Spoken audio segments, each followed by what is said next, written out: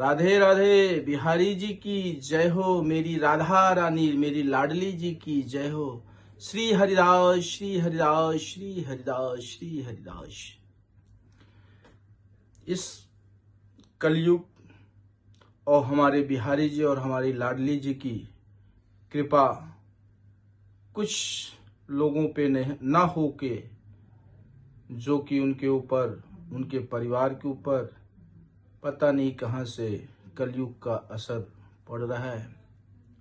आज हम आप लोग को कलयुग में माता और पिता और उनके बच्चों में भेद बताऊंगा कि आज के समय में, आज के इस कलयुग में कुछ ऐसे माँ बाप हैं जो अपने ही बच्चों में भेदभाव की भावना रखते हैं। क्यों रखते हैं? क्योंकि कलयुग का असर है, और कलयुग का असर होने के कारण ये भेदभाव उनके मन में और उनके अंदर पनप रही है, और वो पनपते पनपते कलयुग के गर्त में चली जा रही है। अब कुछ इस कलयुग में कुछ लोगों के बारे में हम आपको बताएंगे, कुछ ऐसे माँ बाप के बारे में बताएंगे जो अपने बच्चों में ही भेदभाव करते हैं, और उस भेदभाव के कारण उस परिवार पे कल्याण नहीं होता है, और जिस कारण से उनके ऊपर कलयुग का प्रभाव अधिक दिखता है। अब मैं आपको एक घटना बताता हूं, एक परिवार की घटना बताता हूं, जो कुछ कुछ घरों में ऐसी घटनाएं हो रही हैं और होती रहेंगी यदि बिहारी जी और हमारी लाडली जी की कृपा नहीं होगी। एक परिवार है, उस परिवार में माँ बाप है, माता पिताजी हैं, उनमें बच्चे हैं, 2-3 बच्चे हैं, और जो आज के समय में अपनी जीवन शैली चल रही है। एक पिता यदि अपने ही बच्चों में भेदभाव की भावना करवा दे तो उस परिवार का कल्याण कहां से होगा? यस, उस परिवार में यदि जिसके ऊपर बिहारी जी और हमारी लाडली जी की कृपा है, तो उस परिवार का भी कल्याण होता है। लेकिन उस भेदभाव के कारण और उस बच्चे के कारण से उस परिवार पे कलयुग का असर ना होके हमारे बिहारी जी की कृपा और हमारी लाडली जी की कृपा है। अब जो मैं आपको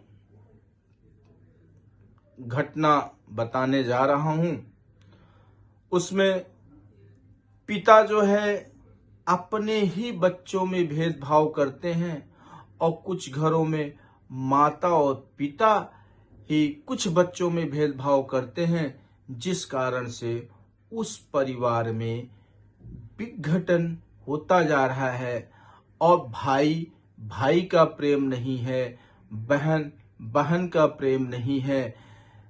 अब आपको बताता हूं, वो पिता की 4 संतानें, जिस 4 संतानों में यदि पिता एक को संपत्ति के कुछ भाग अत्य से अधिक दे दे, एक संतान को कुछ भी ना दे,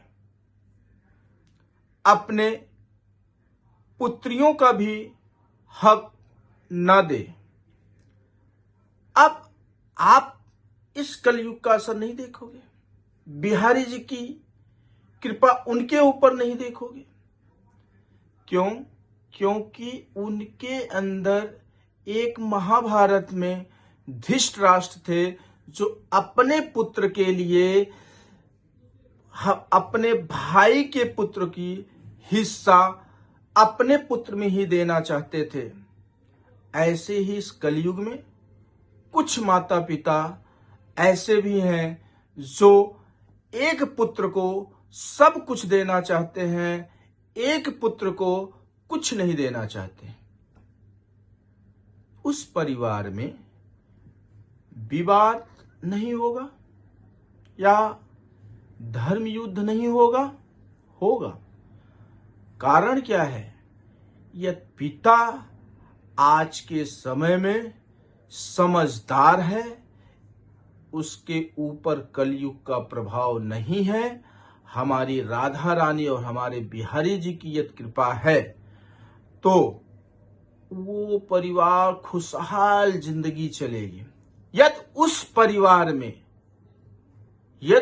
परिवार में कोई विघटन नहीं है, उसमें धर्म का रास्ता चल रहा है, तो उसमें भी किसी का बिहारी जी और लाडली जी की कृपा है जिस कारण से उस परिवार में विघटन नहीं है।